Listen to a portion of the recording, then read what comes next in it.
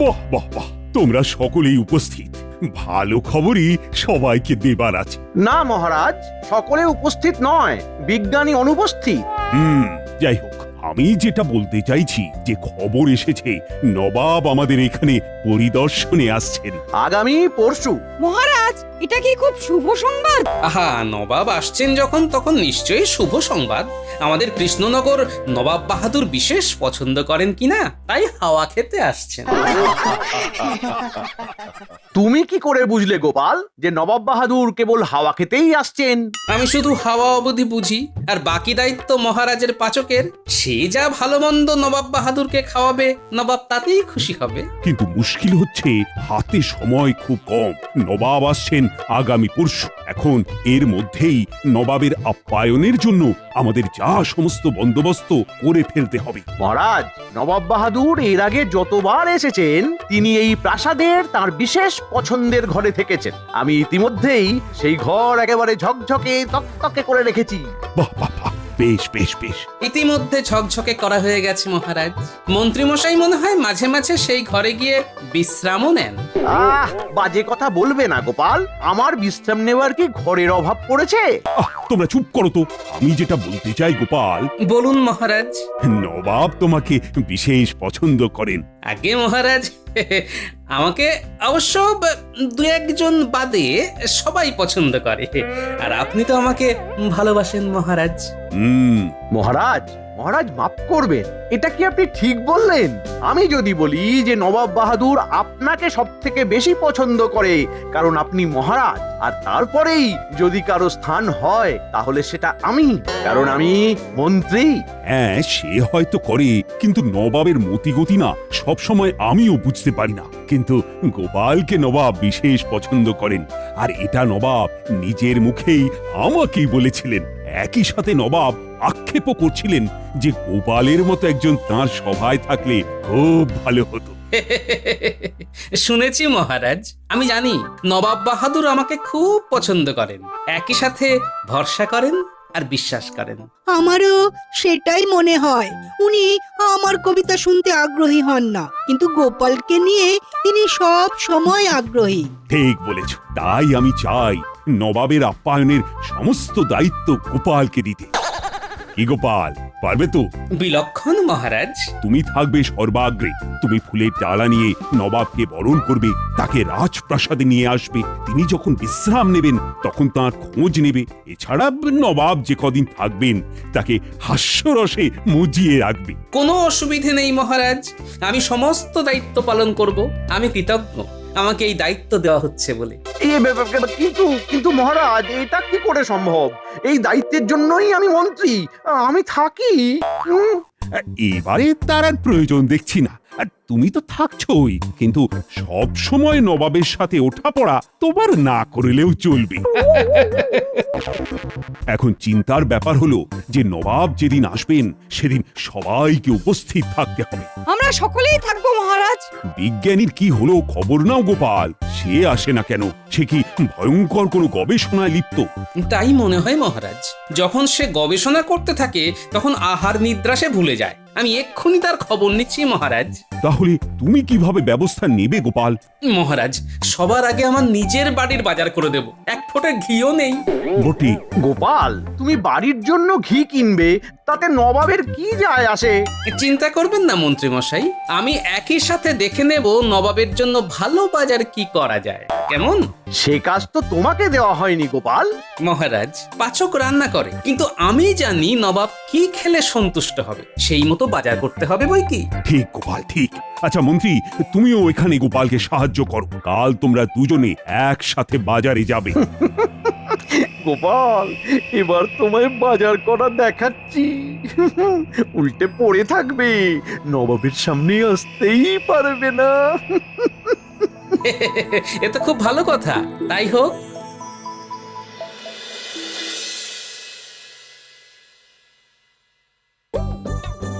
বুঝলে বিজ্ঞানী, তোমার এই গবেষণাগারে দিনের বেলাতে কিরকম গা ছমছম করে। আরে, তুমি ওই গামলার উপর হয়ে কি করো? এটা ওই গবেষণারই একটা অংশ বলতে পারো। মহারাজ যে বড় চিন্তিত তুমি আসছো না। হ্যাঁ, আমি কয়েকদিন পর থেকে নিশ্চয়ই যাব। একটা আবিষ্কারের শেষ পর্যায়ে এসে গেছি।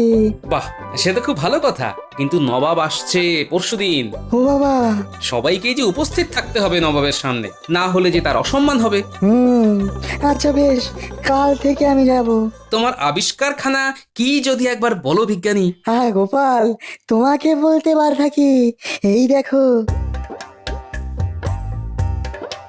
এ তো একখানা বুড়ি, ওই গুলির মতো, কিন্তু কাঁচের নয়। না, কাঁচের নয়। আর এই দেখো মিশ্রণ।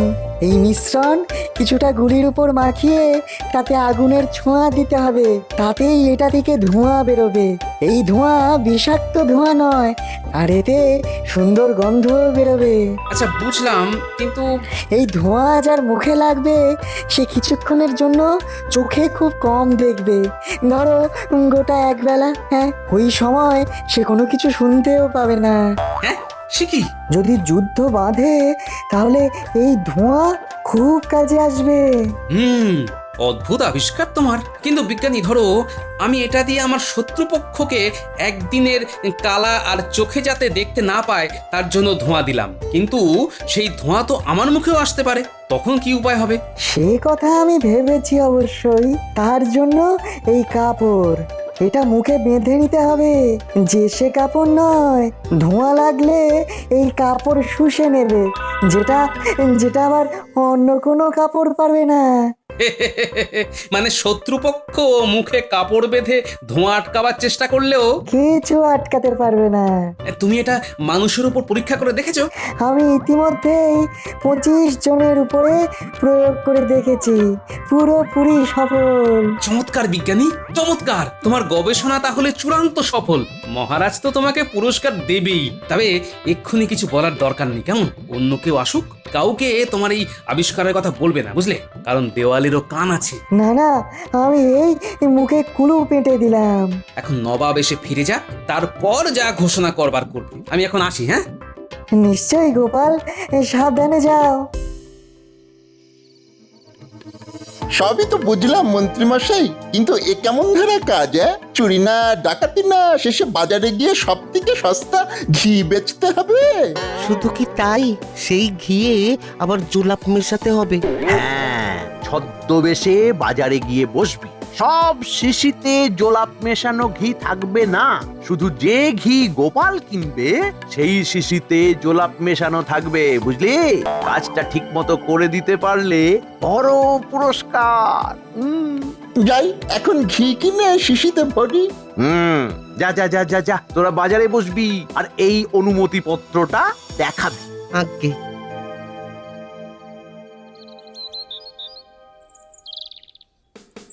গোপাল, গোপাল দেখছি বেশ বড় একখানা থলি নিয়েছো। অনেক কিছু কিনতে হবে যে, চাল, তেল, নুন। ঘি কিনবে না? ওটা তো সবার আগে। ঘি ভাতের মজাই আলাদা। চলো চলো চলো, বাজার এসে গেল, চলো।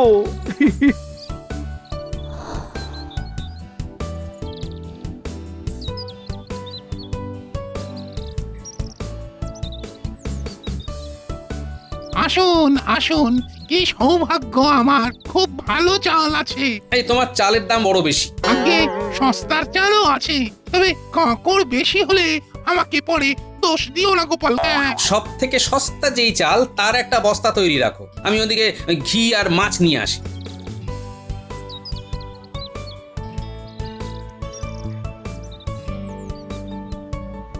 শোন, কাল তোর থেকেই আমরা রাজবাড়ির বরাত নেব। নবাব আসছেন। আমার বরাত যে খুলে গেল। রাঘব বোয়াল চাই, সেই সাথে তেলকই, বড় ইলিশ আর বড় কাতলা অনেকগুলো চাই। হ্যাঁ, কাতলার মুড়ো যেন 2 হাতের সমান হয়। আগে আমি সকাল সকাল সব পৌঁছে দেব। গোপাল দাদা, এখন কি কিছু নেবে? তোর মাছের বড় দাম। ওই ছোট ছোট পুঁটি মাছ আমাকে 5টা দে, কড়ি বেশি দিতে পারবো না কিন্তু। তোমার জন্য পুঁটি মাছই ঠিক আছে। এবার আমাকে ঘি নিতে হবে। ওই তো বাজারে নতুন ঘিওয়ালা বসেছে, সস্তায় দিচ্ছে। হ্যাঁ তাই নাকি? দেখি তাহলে। সস্তায় খাঁটি ঘি চাই, ঘি, চলে আসুন চলে আসুন। খাঁটি ঘি একেবারে জলের দরে। বাহ, এই তোমরা কারা? আগে তো দেখিনি। আমরা দূরদেশ থেকে এসেছি, এই কটা ঘি আছে, বিক্রি করে চলে যাব। কত দূরের দেশ? সেই পাহাড় থেকে, হ্যাঁ। সেই হিমালয়। হিমালয় থেকে নদিয়া এসেছো ঘি বেচতে? আমাদের ওখানে মানুষ কম, গরু বেশি, তাই অনেক ঘি হয়। গোপাল, অত কথায় কাজ কি? দেবে তো নাও, না হলে সময় নষ্ট না করে চলো। দাও দেখি তোমাদের ঘি। খুব সস্তায় পেলেন, আজকেই বাড়ি গিয়ে খেয়ে দেখুন, মনে হবে এত সস্তায় অমৃত খাচ্ছেন। নিশ্চয়ই, আমি এই বাড়ি গিয়ে এখনই ঘি ভাত আর পুঁটি মাছের ঝোল খেয়ে বেরোবো।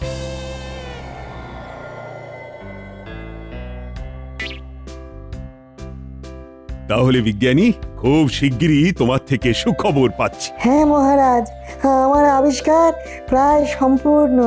কাল নবাব আসছেন। মহারাজ, আমাদের পূর্ণ প্রস্তুতি নেওয়া হয়ে গেছে মহারাজ। সকালে আমি নিজেই বাজারে গিয়েছিলাম।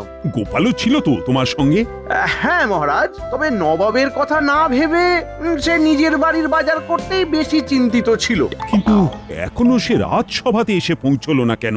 না, এ তো ভারী অন্যায়। কি আর বলবো মহারাজ, আপনি নিজে গোপালকে এত ভরসা করেন, অথচ তাকে যখন কোনো দায়িত্ব দিয়েছেন তখনই সে কামাই করতে শুরু করে দেয়। গোপালের আসবার সময় তো পেরিয়ে গেছে মহারাজ। তাহলে সে আজ আসবেই না, কি জানি কাল আসবে কিনা। সে কি, কেন আসবে না? আমি তাকে নবাবের আপ্যায়নের ভার দিয়েছি। গোপাল ভাঁড় কি এই ভার নিতে পারলো না মহারাজ? মন যে বড়ই ভারাক্রান্ত হয়ে যাচ্ছে। মহারাজের জয় হোক। বড় প্রহরী, গোপালের বাড়ি থেকে একজন খবর দিয়ে গেল যে গোপাল ভাঁড় খুব অসুস্থ, তার পেট খারাপ হয়েছে। অবিলম্বে কবিরাজ যেন একবার গোপালকে দেখে আসে। ঠিক আছে, তুমি এসো প্রহরী। হ্যাঁ, ছি ছি ছি ছি ছি মহারাজ, মহারাজ গোপাল শেষে পেট খারাপের বাহানা দিল। ছি! বুদ্ধ, তুমি শিগগিরই গোপালের বাড়ি যাও।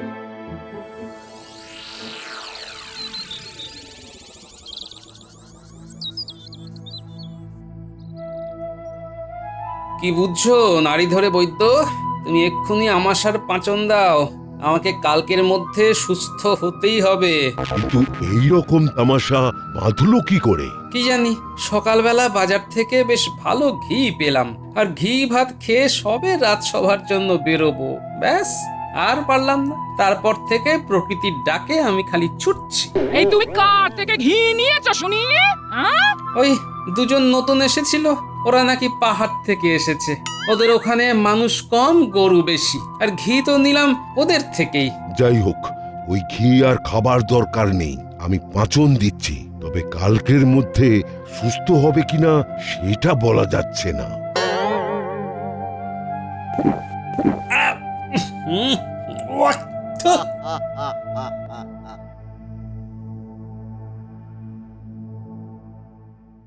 আমি যদি কাল নবাবের সামনে না দাঁড়াতে পারি, তাহলে মন্ত্রীর লাভ সব থেকে বেশি। কারা ওই ঘি দিল? এই পুঁটি, গুলটে, ন্যাপলা, এদিকে একবার শুনে যেত তোরা। আমি তো একটু আগেই মন্ত্রী মশাইয়ের সাথে দুজনকে দেখলাম কচুবনের ধারে। হ্যাঁ, সে কি? আচ্ছা ঠিক আছে, যা তোরা। মনে হচ্ছে বটা ঘটা আর মন্ত্রী ছক্কসে আমাকে ঘি বিক্রি করেছে। কাল রাজসভাতে আমি বলে ফেলেছিলাম যে আর কিছু না হোক ঘি আমাকে কিনতেই হবে। মন্ত্রী নিজেই বলল দুজন সস্তায় ঘি দিচ্ছে। আচ্ছা, আমার মাথার ঘিলু কি কমে গেল? হ্যাঁ, ঠিক ওই দুজন বটার ঘটাই, পুরোটা সাজানো। বেশ, আমিও দেখি কি করতে পারি।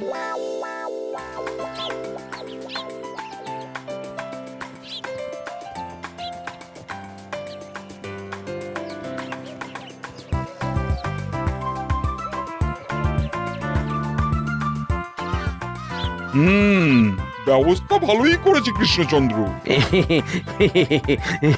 আশা করি এতটা পথ আসতে নবাব বাহাদুরের কোনো কষ্টই হয়নি। কি সৌভাগ্য আমাদের, কি সৌভাগ্য!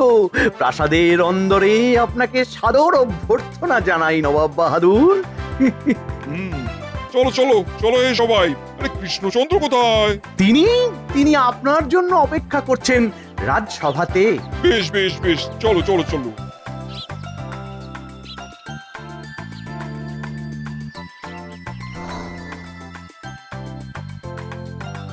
কৃষ্ণচন্দ্র, তুমি সভা চালাও, আমি বরং বিশ্রাম নিই। নিশ্চয়ই নিশ্চয়ই, আপনার বিশ্রামের জন্য সুসজ্জিত কক্ষ প্রস্তুত। গোপালকে দেখছি না যে। গোপাল একটু অসুস্থ হয়ে পড়েছে। তা সে কবে সুস্থ হবে? আমি গোপালকে দেখে এসেছি, সে ওই 3-4 দিনের মধ্যেই সুস্থ হয়ে যাবে। ভেবেছিলাম পরশু চলে যাব, কিন্তু গোপালকে না দেখে যেতে মন মানছে না। গোপাল সুস্থ হয়ে আসুক, তারপরেই যাব।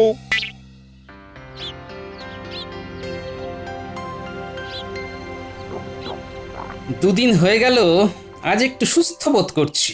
এখন আমার কোনোভাবেই বসে থাকলে চলবে না। কি গো গোপাল, কেমন আছে শরীর? ওদিকে তো ধুন্ধুমার। আজ একটু সুস্থ। যাক, খুব ভালো। এদিকে নবাব তোমাকে না দেখে যাবেন না। আজ তাহলে তুমি প্রাসাদে আসছো? বিজ্ঞানী হে, অনেক কিছু কাজ করতে হবে। তুমি এসেছো, খুব ভালো হয়েছে। তোমার আবিষ্কারের আরেকটি পরীক্ষা করতে হবে। কি রকম? এই ন্যাপলা, আছিস কাছে পিঠে? যাক বাবা, এক ডাকেই তো সাড়া পেলাম। শোনো বিজ্ঞানী, তুমি ন্যাপলাকে নিয়ে যাও আর তোমার আবিষ্কারের কথা বুঝিয়ে দাও। হ্যাঁ আচ্ছা বেশ। আমি তোমাদের বুঝিয়ে দিচ্ছি কি করতে হবে।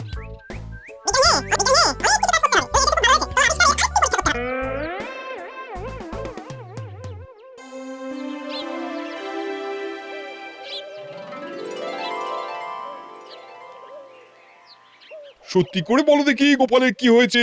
আজ 3 দিন হয়ে গেল, সে এসে আমার সাথে দেখা করছে না কেন?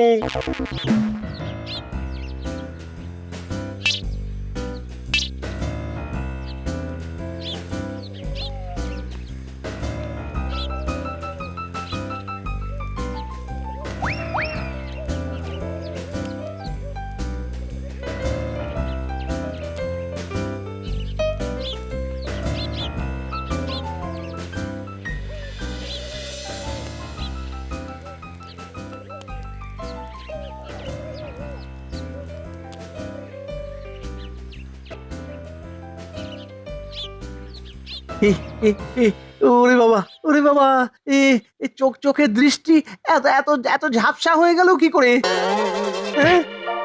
কি আবার কি? তুমি আমাকে ধাক্কা মারলে কেন? কি হচ্ছে মন্ত্রী? এই মন্ত্রী, এই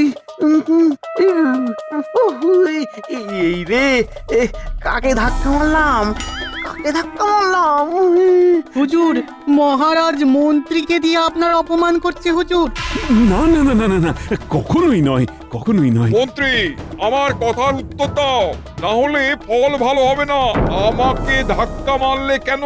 উত্তর না দিলে আমি তোমার গর্দান নেব। হুজুর আপনাকে অবজ্ঞা করছে। কৃষ্ণচন্দ্র, এসব হচ্ছে কি? আমি কিন্তু এবার যুদ্ধ ঘোষণা করব। হুকুম দেন জাহাপানা। দেব, তার আগে মন্ত্রীর ঘাড় ধরো।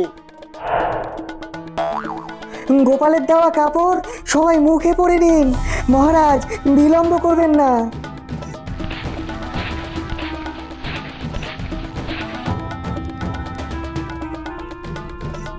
এসব হচ্ছে কি?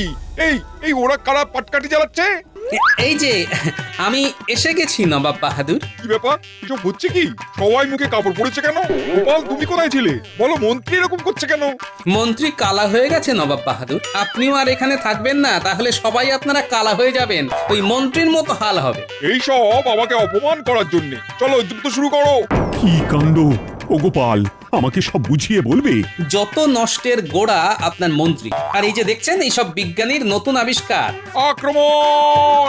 ওরে বাবারে! আক্রমণ! কিন্তু গোপাল, নবাব আক্রমণ বললেও সেনারা কেউ কিছু করছে না তো। ওরা কানে কেউ কিচ্ছু শুনতে পারছে না, চোখেও ভালো দেখতে পাচ্ছে না। মহারাজ, এই বেলা নবাবদের জুরি গাড়িতে করে মুর্শিদাবাদ পাঠিয়ে দিন, কাল পৌঁছে যাবে।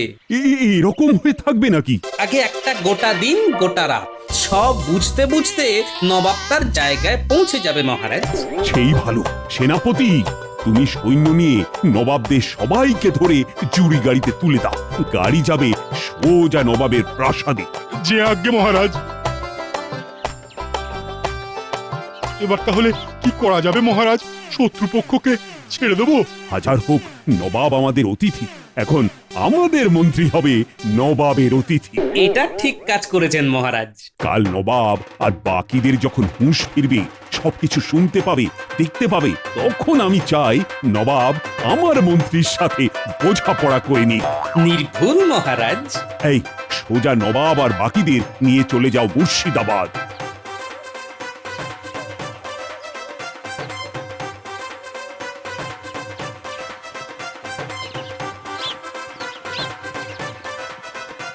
যাক গোপাল, নবাবকে অভ্যর্থনা জানাতে পারোনি তো কি হয়েছে? নবাবকে বিদায় তো জানালে। নিশ্চয়ই মহারাজ। আজ কিন্তু গোপালের জন্যই এই যুদ্ধ থামলো।